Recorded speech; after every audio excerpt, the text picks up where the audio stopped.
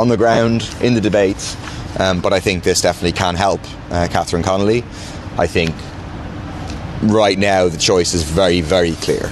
You know, it's a Fine Gael candidate, a recent minister who has no distance whatsoever from the disastrous decisions on housing that have got us to this point of over 5,000 children growing up in emergency accommodation, who personally was involved in trying to attack disability payments, who is involved in a government or was involved in a government that started or drove the process of trying to dismantle what is left of our neutrality, and who gave the game away herself in terms of what the government's real position is in the Occupied Territories Bill, suggesting Usher won't really make any difference, which is their excuse to themselves as to why they want to water it down, delay it, even not get it through at all, really reflecting pressure from and their interest in US big business, the Trump administration and so on. Heather Humphreys on the one side, and on the other side an independent opposition TD who has united many of the parties, or the parties of the left behind her, who has a principled, unambiguous record in terms of fighting on disability justice, who has been speaking out on Palestine not just for a few months but for decades against Israeli apartheid, against occupation, who's clearly a defender of neutrality and the triple lock, and who has been crying out about the madness of the neoliberal approach to housing for years and years and years. And I think this is really going to sharpen voters' minds. I think the budget is going to add to that sense. I think this is going to be a very disappointing budget for many people, whereby the government's clearly giving money to McDonald's, giving money to Burger King, giving money to private developers, while turning around and saying to ordinary people, we can't afford energy credits. We're going to hike student fees by €500. They pretend they're reducing them by €500. In reality, they're going up for students. That's what people will experience it as. No cost of living measures for ordinary people, while handing over yet more money to the super rich. So I think, you know, it's the other key dynamic I would say that changes is that now we have one-on-one debates, and I think that is going to work in Catherine's favour and work against Heather, because Heather Humphreys won't be able to escape her role in terms of government. Her fingerprints are all over the disastrous government policies that have got us to where we currently are. And then the other element is the grassroots campaign. I mean, we had Catherine in Dublin South West yesterday. Every venue we went to, every meeting that was organised was absolutely packed out, and that reflects the growing enthusiasm, the growth of the movement. And Catherine, every time she speaks, she makes this point: it's not about me, this is about a movement. I'm simply a symbol of that movement. I think that's true. 5,000 people have signed up to volunteer for Catherine's campaign in the last 7 days alone. So when you look at the stats, you know, the numbers of people who are joining are increasing day by day. So momentum is really developing behind Catherine, and that's reflected on the ground. The other point to make quickly is in relation to the flotilla in Palestine and the response of the state here. I heard Sarah Clancy, who I was with in Tunis for a while, on RT Radio this morning, describing pretty horrific conditions in Israeli prison, being denied mattresses, being denied food and water for a long period of time, being abused, threatened with guns in prison even. I mean, really, really horrendous stuff. So there's pressure on the Irish government now to say what they're going to do about that, but also, above all, what the flotilla activists want. And the flotilla activists, there's another group who are now including more Irish citizens who are a couple of days away from likely kidnapping, another act of international piracy by Israel. The main thing people want is the government to do everything it can, stop watering down the Occupied Territories Bill, stop the overflights and so on. But the other point to just make briefly is I think it's really gone under the radar so far. On Saturday, so there was a protest here, a massive protest, tens and tens of thousands of people on a solidarity protest with Palestine organised by the IPSC. Maybe 100 people or 200 people went down towards the docks and were subject to gross Garda brutality. The videos are horrific. I can't think of the last time you had such Garda viciousness and violence against protesters since maybe the Rossport protests, which are now, 20 years ago.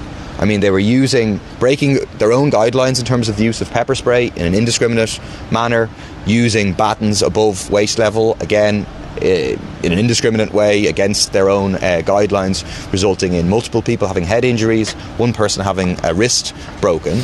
And what it looks like, I mean, people have seen the horrific footage of Kitty O'Brien, an Irish activist in Germany, being attacked by the German police. Well, it happened here on Saturday in our capital city, and I've written to the Ceann Comhairle. I've sought a debate this week on the matter, and we haven't had a substantial response to that. There's been no statement from the Minister for Justice as to whether he stands over this sort of policing. Is this the road we're going down now, to go lockstep with many other European countries in terms of brutalised repression against protesters? I think it's extremely concerning.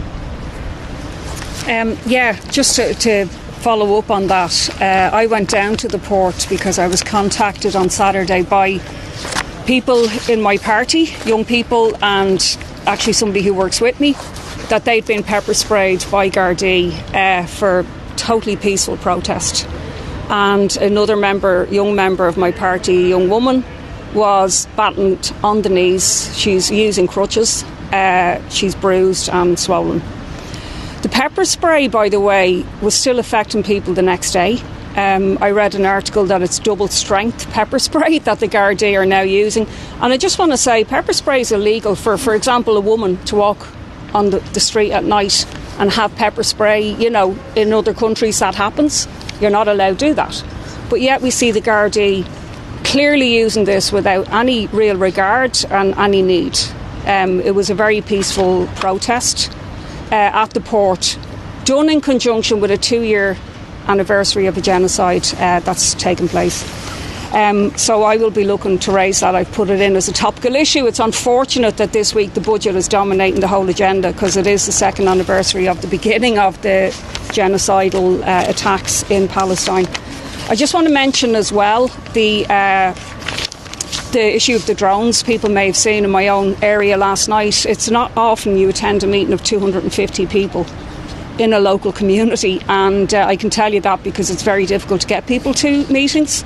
But it is a sign of the strength of feeling. These are fast food drone deliveries, dropping ice cream, dropping coffee and fast food. They're not essential, and they're causing so much noise and disruption, which is bad for people's health, for their mental health, for people working from home, autistic people, elderly people, children going to sleep. And it has to stop. We can regulate till the cows come home, but it's not acceptable to people for this to continue. And I just want also to mention on the presidency, it's very clear that, Fianna Fáil have questions to answer about why they chose a celebrity GAA candidate without due process, and as regards his record, they haven't answered. They knew he was a landlord. They didn't ask him had he registered with the RTB, which would seem to me to be a very basic thing to ask a landlord, and I haven't heard that asked anywhere.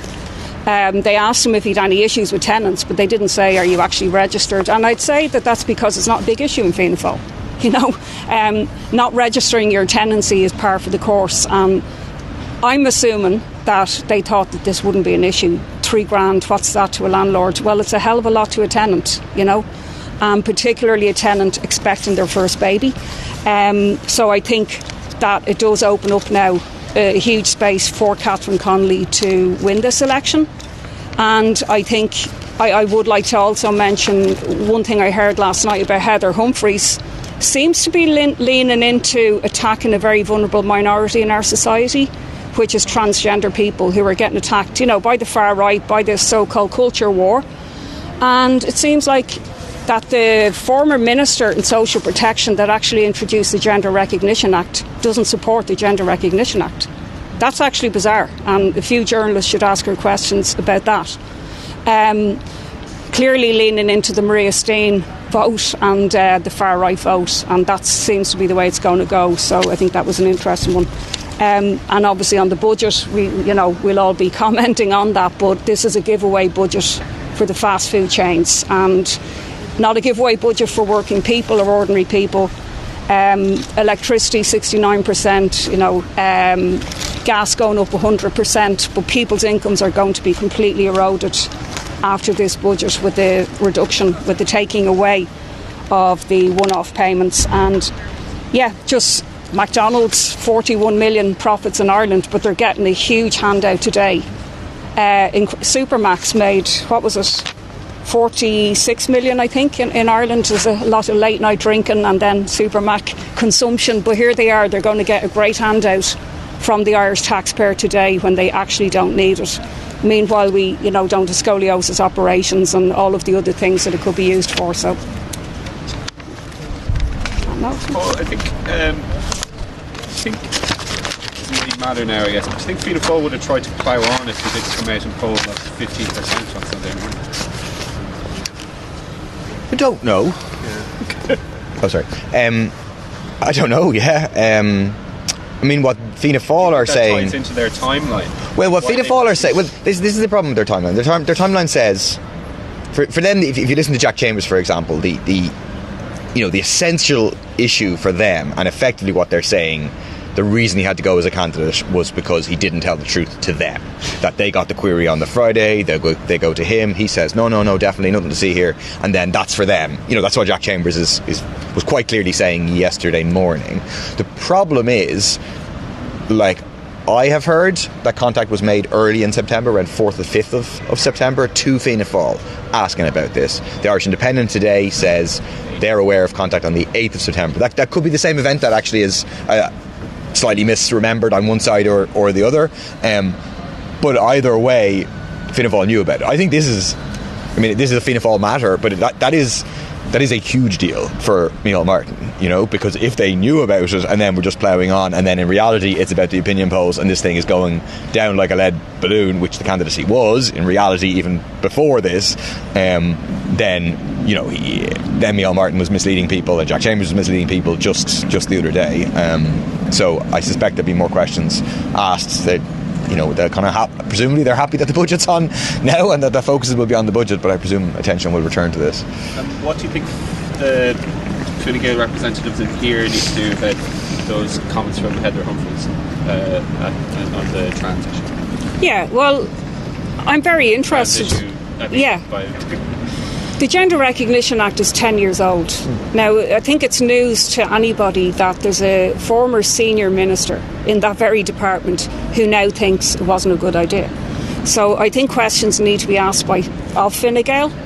Do they stand over the right of people to be transgender, in this society? Because, we all know that trans non-binary people are being attacked all over the world and in this country, and there's enough fear out there, and this has really added to it.